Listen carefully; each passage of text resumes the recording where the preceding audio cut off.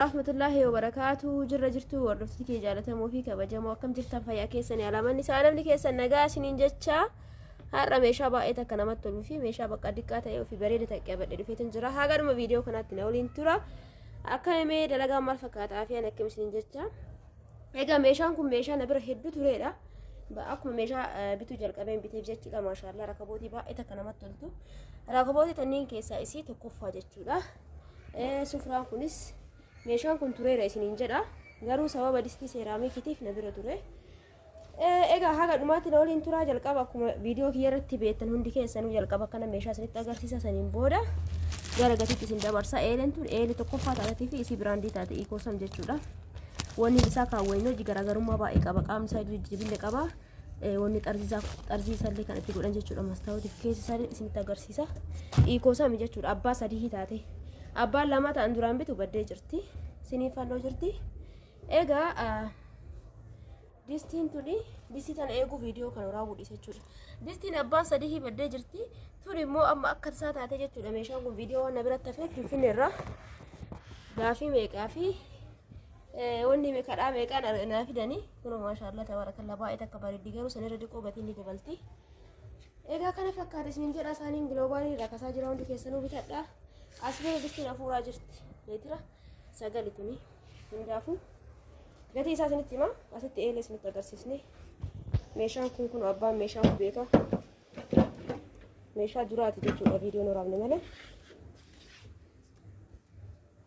Innis egaa akkan isiniin jedha hordoftoota eelee kana waan isinitti himuu hin qabu. Qarshii 9,200 kallattimaan gara meeshaa gatiitti isin dabarsa. Eeleen kun amma dabala jecha jiranii garuu kaagarraa hojjechisaa ni jiru akkasii. Qarshii 9,200 itti aansee kun akkanuma isinitti agarsiisa. Eelee daabbooti guddamarraa gara diqqaa deemna jechuudha. Eelee daabboon kun akkuma argaa jirtan kana eelee samoonni duraa bitaa ture sanii gatiin isaa xiqqoo dabalatti jira garuu isa kana paatiraa 3 qaba. Paatiraa 3 kiiloo 5 kiiloo 3 kiiloo 2 keessa baasuun na barbaachisanatti fakkaatu qaamni isaa kana. Itti aansee ol baasuu isa namatti hin tolu fi waraabaa jira malee waan ta'eef jechuudha hordoftoota kiyyaa. Eelee kaawwaniin garaagarummaa baay'ee qaba. Tokko uffaa qabannaan isaa kun baay'isee akka duraa sanirra jajjabina qaba. Orijinaala ta'uu isaa kun eelee abbaa sadii keessa isa kana jedhanii namni gurguru hundi isaatu jechuudha. Egaa kun Ecoosam asirrallee barreeffama qaba. Qabannaan isaa bareedaan eeleewwan duraan beekurraa jajjabinni isaa kanniin tunniin illee onniin isaa kunis kaawwan irraa adda jechuudha hordoftoota kiyya. Banee isinitti agarsiisa. Egaa kun hordoftoota kiyya baasee deebi'ee harka tokko bilbila waan waraabuuf hin tolini gizee baasu. Kana fakkaataa as biratti gizee daabboo suuta bilcheessuu barbaadaniif gizee itti dabaluu barbaadan kuni ka fayyaduuf. Kun immoo akkuma beekamu kana fakkaata. Stoofiin isallee wanni isallee dhiifama gabanni isallee kun kana fakkaata. Ecoosam jechuudha. Keessa isaa paatiraa 3 qaba. Wajjumaan kan laalu ta'a. Sa'aatii namarraa fudhata garuu nama ibsu. Inni garaa isaa keessa. Wanni kun yoo fakkeenyaaf akka duraatti irraa jijjiirama jira jechuudha kun. Eeleen tita duraa sun akkanaati miti kun akka waan shaklaa wayiiti. Maashaallah inni isaa kunillee furdaadha. Eeleewwan isaa mootu baaseetuma. Kun wanni isaa kuni eeleewwan taawwan abbaa lamaa dura bitaa jira sanuyyuu gamanni shiboon isaa kuni ni bal'ata. Diqqoommoo ni haphata kanarra kun furdaadha.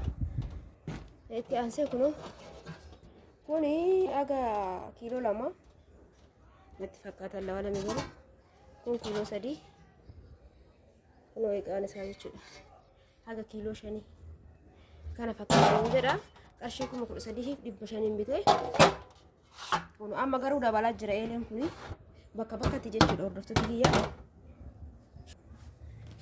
Egaa akkan isiniin jedha hundi keessanuu warroonni meeshaa barbaadan lakkoofsa kiyya YouTube irraa fudhattanii karaa WhatsApp na dubbisuu barbaadan garuu immoo warri ammumatti qophii taatan qofti dubbisaa. Itti aansee sufraa kana maashaallah ka dura bitame as dhiyeenya kana osoo hin ta'in sufraan kun yeroo baay'ee hin argamu jechuudha. Magaalatti ajajaan fidaa jira waan ta'eef malee hin argamu. Ka carqii tokkiintu jira. Innummaan kunillee diizaayinii garaagaraatiin dhufa. Ka nyaataatii fi ka bunaa kun isinii jala feetiin jira. Kana fakkaata. Kunis bal'aadha. Qarshii 3,200 bitama jechuudha. Ka qarshii 1,500 illee jira. Ka akkanatti guutummaa isaa warqaamaan ta'e yoo barbaadan. Egaa rakabootii tana yoo argitan ta'e tana taatee ka carqiiwwan kalarii garagaraa of keessaa qabu, ka waan garagaraa of keessaa qabu ni qannasa gatiin isaa. Tuni garuu quality dizaayinii isallee haga dhumaa isinitti agarsiis baay'ee namatti tolti jechuudha. Tana fakkaatti tun jiddu galeettidha kanarra guddallee jira. Kunoo yoo isin hojii dardartan masqammaca hojii kunoo fireejaa fuuti. Garuu yoo garagaratti akkanatti adda dardartan 12 illee ni qabatti jechuudha. Rakabootiin isii addatti qarshii 2000 siniin qarshii 1000 170 galtee jirti. Dura qarshii 1500 turte jechuudha. Egaa itti aansee immoo sinii fannoo akkanuma jirti hin baasu. Maaliif sinii fakkaate keessaa yoo bahe jechuudha. Meeshaan kun baay'ee takka eeggannoo barbaachisa. Ishii qaba garuu akkanatti bakka itti namaan deebu jechuudha yoo baasan. Akkuma asirraa kana jirti. Sukkaara qabdi kun kanas ni qabdi. Fireejaa jechuudha burcuqqoo siniin isaa. Akkana jira. Qarshii 3200. Itti aansee mootu maxbashaa kana yeroo kamuu hin baasu. Maxbashaa baay'ee takka namatti tolu. Maamii koo jechuudha ka distii jalqaba dhufte sani. Inni kun amma hin argamu maxbashaan kun ka dura bitame waan ta'eef meeshaa dura bitame siniin jedhee jira. Waan nama bite distii jalaa kana malee jechuudha. Kuni qarshii 3000 isa guddaa fi lakkoofsa guddaa jechuudha. Ka kanatti aanee dhufu jira, ka sadaffaa jira. Kanuma ta'ee jechuudha lakkoofsa qaba. Egaa akkana isiniin jedha hordoftoota kiyyaa. Itti aansa distii kana isinitti agarsiisa. Distii dhumara isinitti agarsiisa jiru meeshaa kaawwanaa fitu. Egaa itti aansee saanii giloobaalii kana saaniin giloobaaliin kun yeroo ammaa kana qannasee jira. Viidiyoo kalees isin gadhiisee jira jechuudha. Qarshii 4800 ta'e jechuudha. Amma kun garuu meeshaa duraatti isin jedhe jira. Yeroo jalqaba bitu sanillee 4800 bitee jiddu galeessa irratti ka bitee fi meeshaa kana qarshii 5000 bitame yeroo sanitti. Amma garuu qarshii 4800 galee jiru jechuudha. Hordoftoota kiyya kana fakkaata. Kuni abbaa leetira 9ti 4500 kunis kana fakkaata kaartoonii isaa garasiira. Isa diqqaati jechuudha. Haga leetiri 20 jira. Kana garuu qarshii 4500 bitee jira jechuudha. Kun 500 itti aansee saanii kana darbana tokko naan jette diizaayinii lamatti fuudhee fi tokko diizaayinii kanatti tokko immoo tanatti jechuudha. Kunis bareedaa garuu akka kanaa diqqoo ni haphatti bareeda jechuudha. Qarshii 1300 daarzaan neesii jechuudha.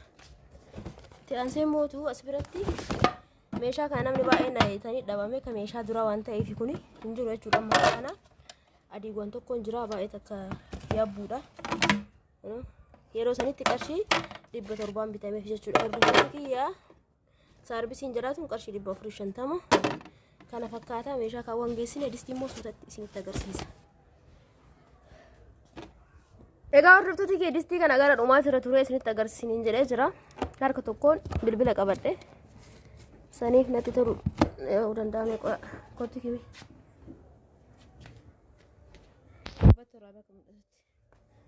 Amma bilbila namatti kennee suutu isinitti agarsiisa jechuudha. Distii kana abbaan sadii badee jira isiniin jedhe dhugumatti badee jira. Garuu meeshaa kana gizee mara viidiyoo waraabuu barbaada. Maaliif namni tokko birrii namatti erganii barbaada jechuudha meeshaa ofii. Baay'ee na bira ture. Sababa saniif sirrimatti barbaada meeqaan dhufe jechuudha hin jiru. Distiin kun sanyii maan dura bitaa ture sanii biraandiin isaa maamikoodha. Distii isa tokkoffaa jechuudha. Kun xarzii isaa kanallee yookaan arfii isaa kana ilaaluun barbaachisaadha. Akka kana hin qabne fa'aatu jira. Yeroo ammaa kana abbaan sadii bade garuu feekiin ni jira jechuudha. Kana akkaataa inni dhufeeyyuu maashaallah akka duraa sanirraayyuu fooyyeedha. Maashaallah baay'ee takka bareeda kun akkuma argaa jirtan kan kun kurree isaati. Qabannaa isaati. Egaa seeftiin isaatu namatti tola isiniin jedha baasee isinitti agarsiisa. Garuu kana yoo isiniin jedhu itti deebi'ee argachuu dhiisuu danda'a jechuudha maashaallah. Akkuma baay'ee takka meeshaan isin bira turuurraa ka'e baay'ee itti yaaddaa ture jechuudha. Garuu waan bareedatti dhufee fi akka carraa ta'e kun qabannaan isillee baay'istee namatti tolti. Gabaarra hin jiru jechuudha distiin kun. Inumaa hin jiru distiin abbaan sadii kafeekii tokkiin malee maashaallah kun tana fakkaatti. Tun diqqoo isii dhumaati. Meeshaa gizee hiikan akkasitti hin deebi'u garuu namni immoo ilaaluu barbaada jechuudha baay'inaan. Seeftiin isaatu baay'isee takka namatti tola. As keessatti kun kurree kaa'anii akkasumatti akka deebi'u. Akka kurreen hin miidhamneef kanallee jalaan kaa'anii jiranii.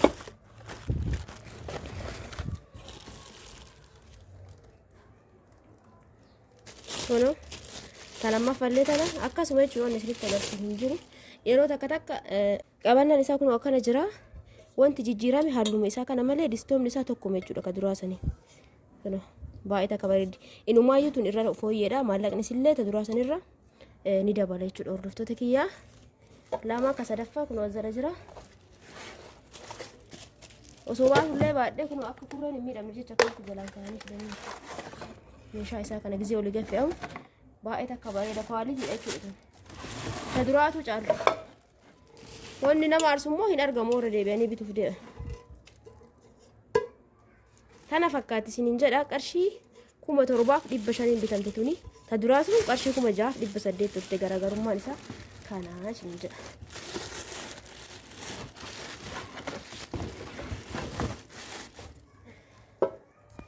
Egaa kana fakkaata hordoftoota kiyyaa suuta jedheetiin deebisaa maaliif viidiyoon namoota baay'ee waan na bira jiruuf jecha kana fakkaata viidiyoon kennarra. Distii kana namoonni barbaadan yeroo argatte isinii bitaa yeroo dhabetti homaa godhuu hin danda'u jechuudha. Kunuu kan ji'a tokko ol na bira ture meeshaan akka tasaa ta'eeti gabaarra hin jiru. Yoonni isin galii yoo jiraate gaafachuu dandeettanii viidiyoon kiyya kana fakkaata ture akkasitti abdiin qabaa laayikii gochuu hin dagatina. Egaa namoonni barbaadan karaa waasaappiitiin kottaa isiniin jedha halkan gaarii keessa bulaa.